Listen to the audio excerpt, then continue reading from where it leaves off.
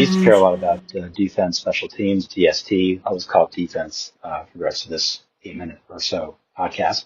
When I was early on playing fantasy football, I thought about it what I thought was strategically. And then years later discovered that, as many others have already discovered, that oftentimes the best preseason defense fails miserably in fantasy.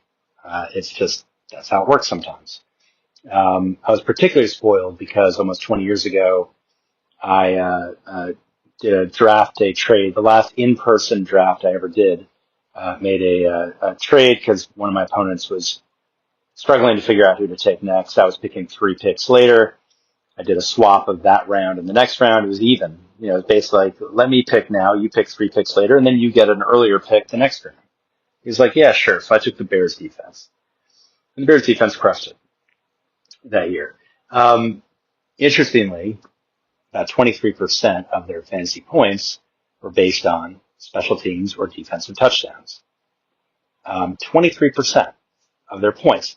So in other words, had they not, when they got an interception, running into the end zone, or had they not broken a tackle or broken free, whatever it was, to get that punt return or kick return for a touchdown, if they'd gotten 0 that year, they would have been, barely startable, but barely startable weekly defense.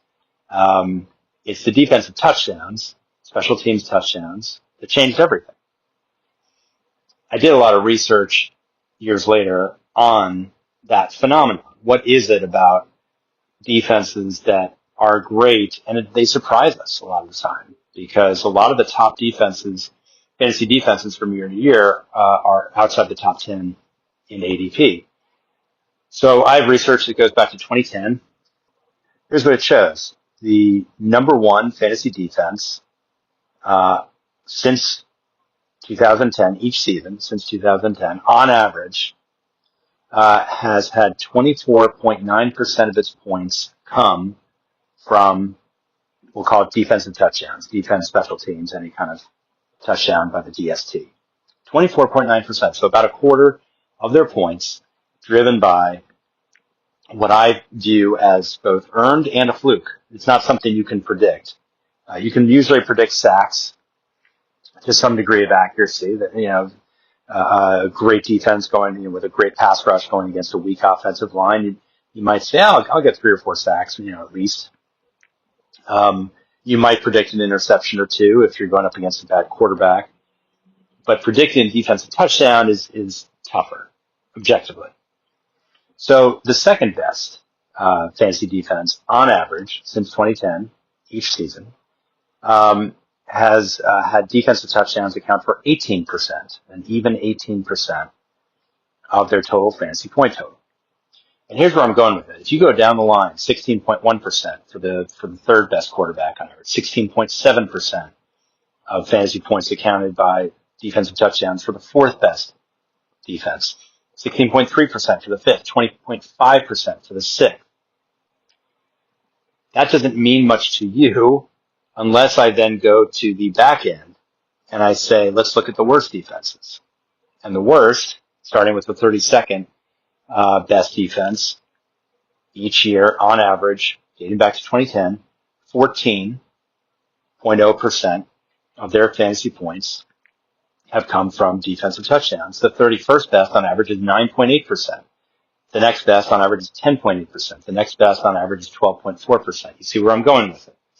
All of those numbers are lower than all of the top flight numbers for the best defenses. Almost all of the best of the highest percentages fall into the top 8 to 10 on average defenses from year to year. Defensive touchdowns, more than sacks, more than forced turnovers or anything like that. There is a disproportionate impact that defensive touchdowns have on fantasy prowess for DSTs. And so if the Bears back then had 9 defensive touchdowns, combined special teams, and that accounted for what I say, about 23% or so of their fantasy production. I couldn't have guessed that at the start of the season. No one could realistically say, yeah, this is what they do. I mean, unless you had Devin Hester on the team, and I get it. I mean, Devin Hester, there are certain punt returners or kick returners where it's like, yeah, they'll get a couple, that year. But 9, I mean, that's a lot. And from year to year, that's how it plays out. So we'll keep this episode relatively short, but I do want to highlight these numbers, this research, because it has changed the way I look at drafting defenses, finally, where I don't get hung up on who's the best defense. I don't get hung up on who's the 3rd best or the 5th best. I recognize the fact that if I can get a good defense facing off against middling or worse competition, maybe facing a relatively easy schedule or playing in a relatively easy division. For example, the Buccaneers this year, I really like their defense. I would draft their DST. I think their ranking based on ADP is 19. I would absolutely take the Bucs in my 14-team league for my defense. And if the Bucs happen to get quote unquote lucky and get 6 defensive touchdowns, I can guarantee you they'll finish in the top 10. There's no doubt about it.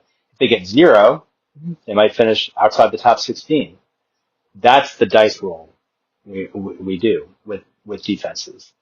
Sacks are going to come, interceptions are going to come. You kind of know that stuff. The touchdowns, you can't sweat it. They happen when they happen.